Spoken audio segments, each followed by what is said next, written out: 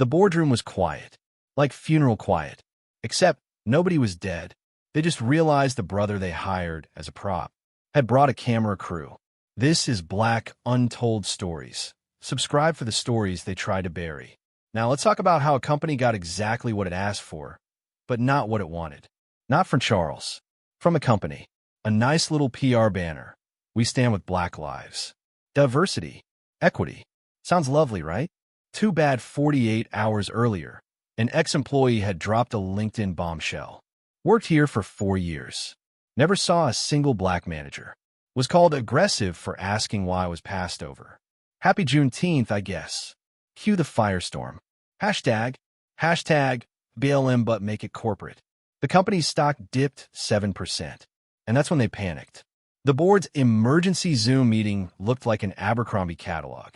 Chad, Kyle, Chadwick but white. Susan, and old Gerald, who still said urban like it was edgy. Look, Susan said, we're not racist. We just don't know any Black executives. Kyle chimed in. What about that guy who consulted for Apple? The Charles guy. Ah, yes. Charles. Harvard MBA. MIT undergrad. Had built 3 startups, sold 1, mentored hundreds. But here in this room, he was just a shiny new Band-Aid. Get him on the phone, Gerald grunted. Let's diversity this place up. Charles knew the type before they spoke. He'd seen them before. They all wore the same urgent but not too urgent smile. Charles, they said, we need a visionary, a changemaker, someone with your experience. That last word hung like a bad cologne. He paused. You mean someone Black enough to look good on your homepage? Awkward silence. Of course not. Chadwick chuckled. We need leadership and, perspective. Charles leaned back, smirked. Cool. I charge 7 figures. And I'll need access to everything. They hesitated, but their stock was still tanking. So they said yes. When Charles walked in, the receptionist mistook him for the delivery guy. Sorry, sir. Exec parking is for leadership only. He smiled. I am leadership. Everyone laughed. Except he wasn't joking. They paraded him past the diversity posters, past the Black History Month collage with Morgan Freeman, MLK, and one suspiciously photoshopped picture of Obama shaking the CFO's hand. We take representation seriously, said Susan. Cool, Charles replied. How many Black directors are there? Silence. Anyway, Chad said, let's get your headshot for the website. See, Charles knew the game. They didn't want a CEO. They wanted a savior. Not to fix the company, but to fix how the company looked. They gave him an intern, a title, and a mission. Turn this ship around. But they didn't expect him to ask, what's under floorboards? Week 1, Charles reviewed the HR data. Turns out the only Black promotions in 5 years were typos. Week 2, he found the supplier contracts. A whole sweatshop in Bangladesh. A fake environmental certification. Week 3, he installed new software on all company computers. Surveillance? Nope. Cameras. I'm going to document it. He said it to the board. On camera. With their tight smiles barely holding. This is for the company documentary, he said. Transparency. Chadwick clapped. Gerald muttered something about cancel culture. But they agreed. Because they still thought it was all for show. They didn't know the footage was being backed up, off-site, daily. He brought in 2 Black women to lead engineering and product. He shut down 5 exploitative vendor deals. He restructured the toxic marketing department. One white director said, I feel attacked. Charles said, you should. You've been attacking the culture for 10 years. By month 2, the board had questions. Charles, are you trying to dismantle everything? Charles, this isn't what we hired you for. Charles, why do you need all these recordings? He just smiled. Don't worry. I'm not dismantling anything.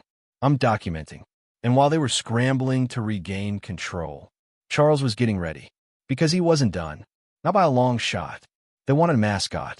Now they wanted him gone. But Charles didn't come to play nice. He came with backup. And a Black woman from HR who'd been waiting for this moment her whole career. Charles was calm. Always calm. Too calm for people who were used to controlling the room. Gerald, the board chairman who thought the term microaggression was a weather condition, started calling emergency meetings. Chad and Susan started sending soft concern emails. Charles, some of the staff say your leadership style feels confrontational. He replied with receipts. The only confrontation happening is between me and a system that let y'all promote Todd, the guy who thought Kwanzaa was a drink, to VP over 5 qualified candidates. No response. A mysterious email leaked to the press. New CEO, sowing division, scaring talent away, overstepping boundaries. The email ended with, "This isn't leadership. It's revenge." Revenge? Charles wasn't seeking revenge. He was just finally opening windows in a house full of rot. Week 7. The board calls him in for what they call a performance review. Chad smiles like a substitute teacher, trying to be cool. "Charles, we're just worried you're moving a bit fast." Charles doesn't flinch. Instead, he hands him a binder, labeled, "What you missed while playing diversity poker." Inside, evidence of ghost contracts, fraudulent hiring practices, an entire marketing campaign plagiarized from a black freelancer, unpaid. The room? Silent. Gerald shifts in his seat. "Charles, we didn't hire you to expose us." Charles leans forward. "No, Gerald. You hired me, so you wouldn't have to." What they didn't know, that whole meeting, it was being recorded. Not just the video Charles was filming. A separate camera, tucked inside the projector, was live streaming. To whom? Well, remember Nia? Nia had been there for 9 years. Seen 47 promotions go to people who couldn't pronounce her name. Been told she was intimidating when she brought data. Been given coffee orders like she was someone's intern, even in heels and a suit. But Charles? He saw her. He didn't just promote her. He gave her power. And now, she was the head of internal ethics. And those tapes? They were being sent directly to her offsite. 3 board members suddenly resign. Gerald calls a secret vote of no confidence.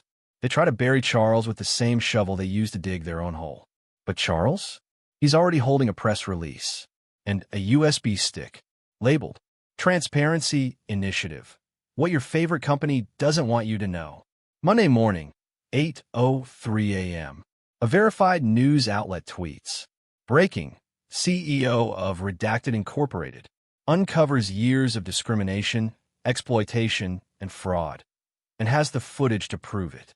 By 10 a.m., it's trending. Stock is frozen. The website has been hacked, not by Charles, but by someone who tagged it. Let black leaders actually lead. Susan runs into Gerald's office. "We need to get PR on this." This company spent years trying to be the face of innovation while silencing black voices. Now, we're building our own. Introducing Rebuild Fund, a tech accelerator for the underrepresented, funded by the hush money they offered me. And the audience? Stood, clapped, cried. A white woman in the 3rd row fainted. The company tried to spin it. Issued a statement. "We're deeply committed to growth and learning." Translation? We got caught. A black janitor walked past the exec floor that day and said, "Damn, he cleaned more than I ever could."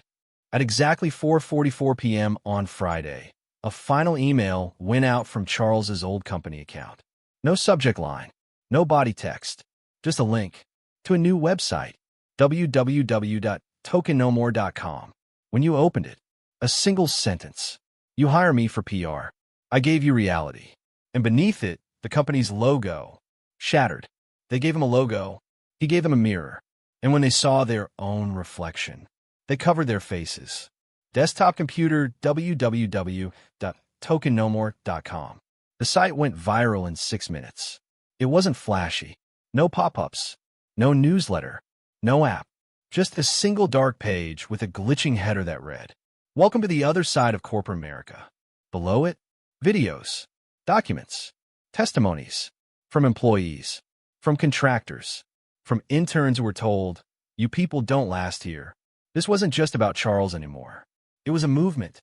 Fire, Token No More becomes a rallying cry. Twitter got a new trending phrase. #TokenNoMore. LinkedIn turned into a battlefield. Black professionals began posting their stories, tagging their companies. VP promised mentorship, gave me admin work. They called me articulate, like it was a compliment. invited to the table, but never to speak. Charles didn't start the fire. He just stopped putting it out. Back at his old company, chaos ruled. Susan was reassigned to wellness coordinator. Chad quit to focus on mindfulness. Gerald? He applied for a job at a podcast called Tech Dads Over 50. No one called him back. Their stock? Still frozen. Their new homepage? A wall of empty promises and 4 different shades of panic beige. Charles was already 10 steps ahead. He didn't want revenge. He wanted replacement. He wanted to build new systems that didn't just include Black people. They were built by them. So he launched Hammer and Wrench Rebuild Fund, the anti-token accelerator. His first cohort? A 24-year-old Nigerian-American building sustainable AI. A queer Black designer who created a bias-free hiring tool. A formerly incarcerated coder who taught himself Java in prison, now building fintech apps for reentry. Each got funding, mentorship, and what Charles never got, freedom from begging to be seen. 6 weeks after launch, Charles sat down with a major network. The interviewer tried to throw him off. "Do you regret leaving your post as CEO?" He smiled. "I wasn't hired to lead. I was hired to be quiet. So I didn't leave the post.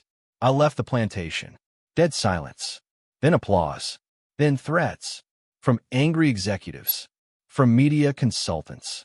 From a guy named Brent who emailed, "You're tearing down everything we built." Charles replied, "Exactly. Eyes. You knew it was coming." The headlines started to shift. Charles A. Too radical for the boardroom? Did the diversity hire go too far? Anonymous sources say Charles was a lot. But every hit piece made the movement stronger. Because while the headlines screamed, the receipts whispered. Whispered in Slack channels. Whispered in all-hands meetings. Whispered in every office where someone had ever been the only one in the room. One company changed their entire C-suite within 2 months. Another quietly donated $2 million to Black mental health orgs after seeing their name on Token No More's pending upload list. Charles didn't say a word. He didn't have to. The fear of being next was loud enough. Charles closed the year speaking at a global tech conference. He stepped on stage. No slides. No suit. Just a hoodie. Behind him, a giant banner. "You wanted me on your brochure. Now I'm on your browser." The crowd stood before he said a word. And he said only this: "You don't have to be invited to the table. When you build your own damn house." This was Black untold stories, where the tokens flip the script and the mic stays hot.